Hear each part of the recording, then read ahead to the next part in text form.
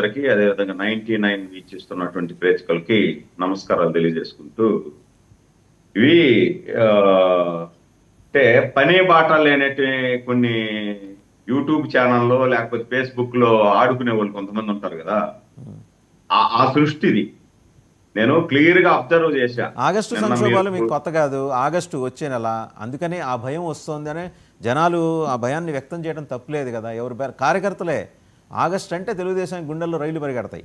ఏదో ఒక సంక్షోభం రావాలి. మాకు అదేమి కొత్త ఏం కాదు, మాకు అదేమి ఇబ్బంది ఏమి కూడా కాదు. ఇలాంటి సంక్షోభాలు కాదు, వంద వంద సంక్షోభాలు చూసాం మేము తెలుగుదేశం పార్టీ పుట్టిన తర్వాత.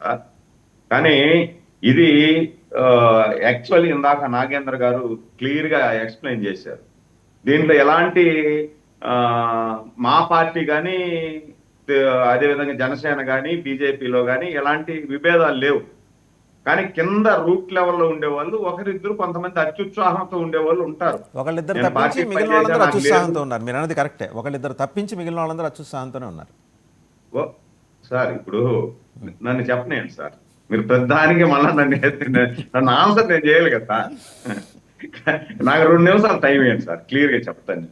కాబట్టి ఇక్కడ ఎక్కడా కూడా చంద్రబాబు నాయుడు గారు పవన్ కళ్యాణ్ గారిని తగ్గించడమో, లేదంటే పవన్ కళ్యాణ్ గారు చంద్రబాబు నాయుడు గారిని తగ్గించడమో, బీజేపీ వీళ్ళిద్దరిని తగ్గించడమో లేదు.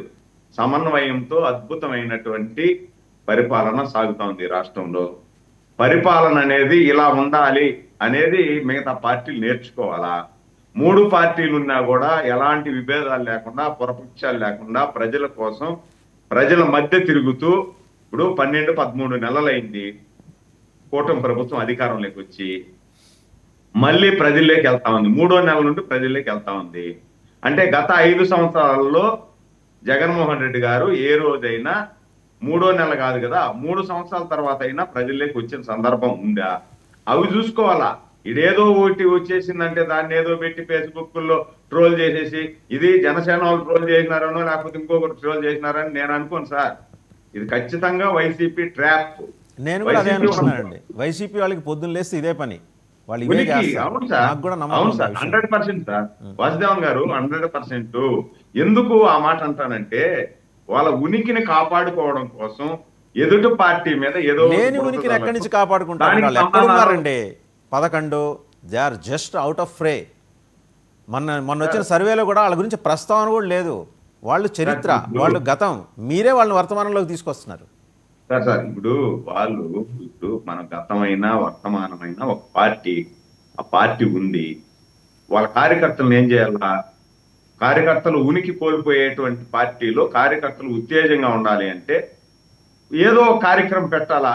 ఆ కార్యక్రమం ఏమి లేదనుకోండి, ఇప్పుడు ప్రభుత్వం మీద వ్యతిరేకత లేదు, లేకపోయినా ఏం చేస్తారు? నిన్న మా వాళ్ళు పెట్టారు మాకు తిరుపతిలో, కరెంట్ లేదంట. కరెంటు ఎందుకు ఆఫ్ చేసినారు? పొగులు కరెంట్ ఎందుకు ఆఫ్ అంటే స్ట్రీట్ లైట్లు డే టైం కూడా వేసి పెడతారు సార్.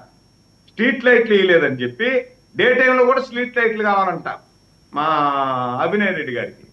ఈ విధంగా కార్యక్రమాలు చేస్తారు. మెడకాయ మీద తలకాయ ఉండేవాడు అందరూ నవ్వుకుంటున్నారు సార్. మెడకాయ మీద తలకాయ ఉండేవాళ్ళు అందరూ నవ్వుకుంటున్నారు ఏంద్ర ఈ కార్యక్రమాలు అని. కాబట్టి ఇక్కడ ఎక్కడా కూడా మా మధ్య పొరపక్షాలు లేవు. గతం